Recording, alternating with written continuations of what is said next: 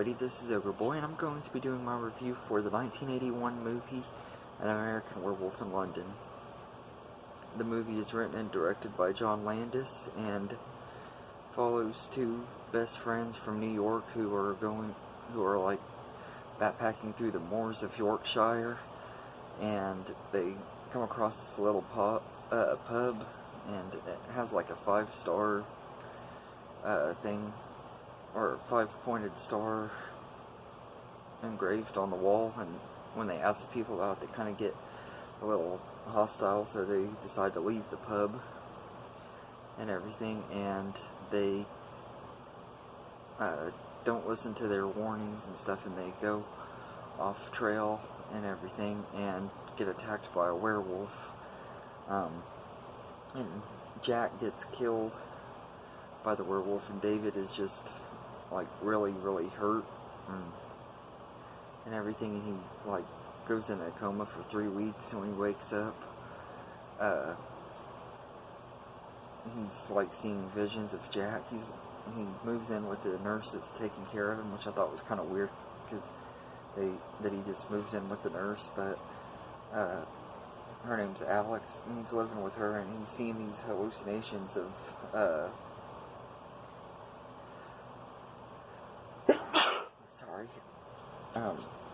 he's living with hallucinations of Jack, whose body is decaying and stuff, and he's warning him that he needs to kill himself because he's gonna become a werewolf and everything. Of course, at first he thinks he's hallucinating and everything, and then when the first full moon hits, of course he's obviously a werewolf, and he transforms, and the special effects in that scene is just awesome. They're really amazing and everything. And then, of course, as the werewolf, David goes around killing quite a few people, and then he wakes up naked in a wolf cage at the zoo, which was kind of weird.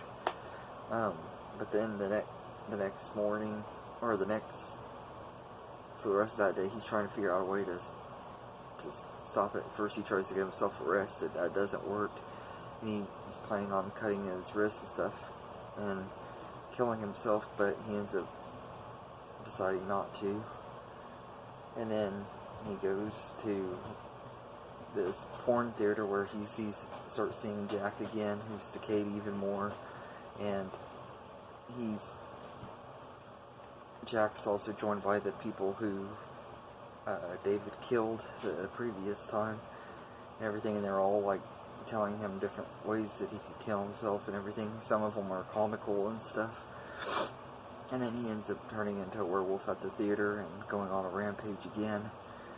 There's a really cool scene where he's like chasing this guy through a subway and stuff, which that might have been on the first night, but I think it was this night. That was really cool and everything, and then he gets cornered and the police shoot him, and he turns back into his human form, and he's dead, and Alex sees him get shot and everything, and she's crying, and that's literally how the movie ends. But man, this was a really good movie. I haven't seen this movie in years. The last time I saw it was probably maybe 11 or 12. It's been a really long time, but man, this movie it's a lot of fun. It has really good humor, but it also has a really good sense of dread. I mean, like you can tell there's like something bad coming throughout the whole movie. It doesn't really pick up with the werewolf and stuff till like almost an hour into the movie, but the way it's done, it works so well and everything. And Elmer Bernstein's score also helps with that. His score was really great. The cast in here is all really good too.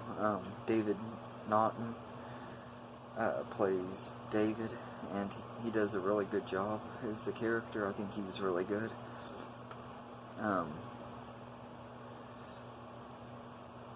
Jack is played by Griffin Dunn, and he's really good too.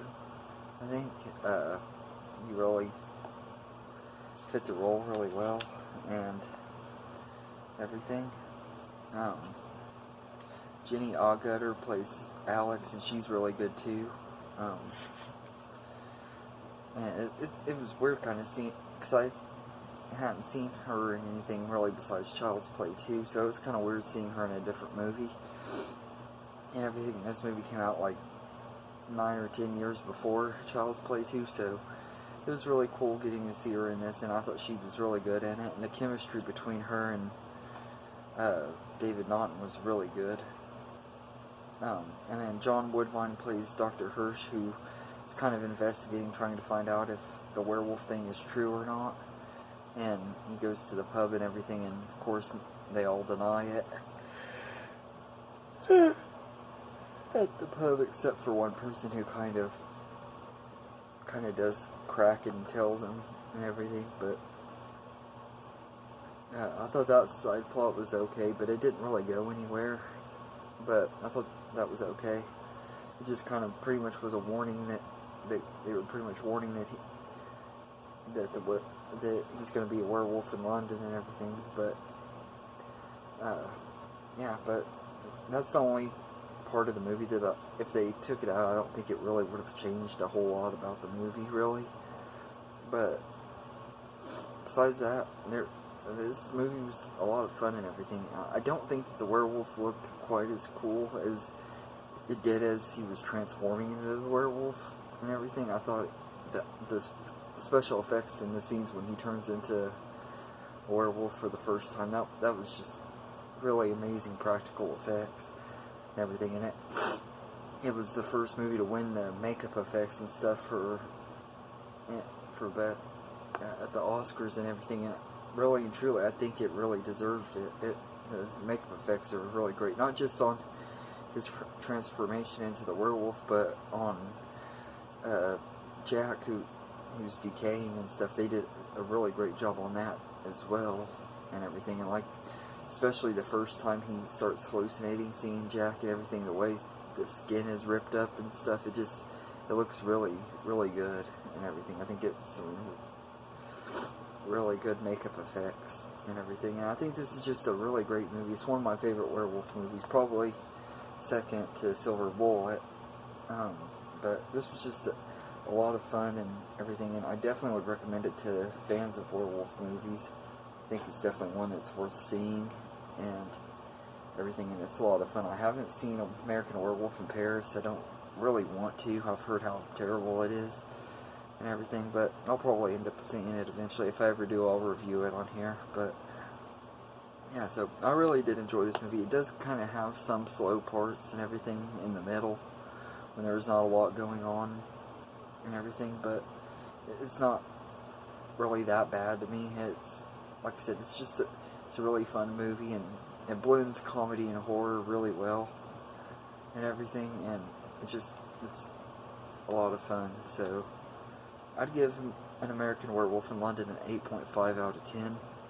So let me know in the comments what you think of this movie, and I hope you enjoy this video. And tomorrow, for day 20 of my 31 Days of Horror, I'll be reviewing the movie Sinister and everything, so y'all can look forward to that. And I hope you enjoy this video, and have a good day, everybody. This is the sound.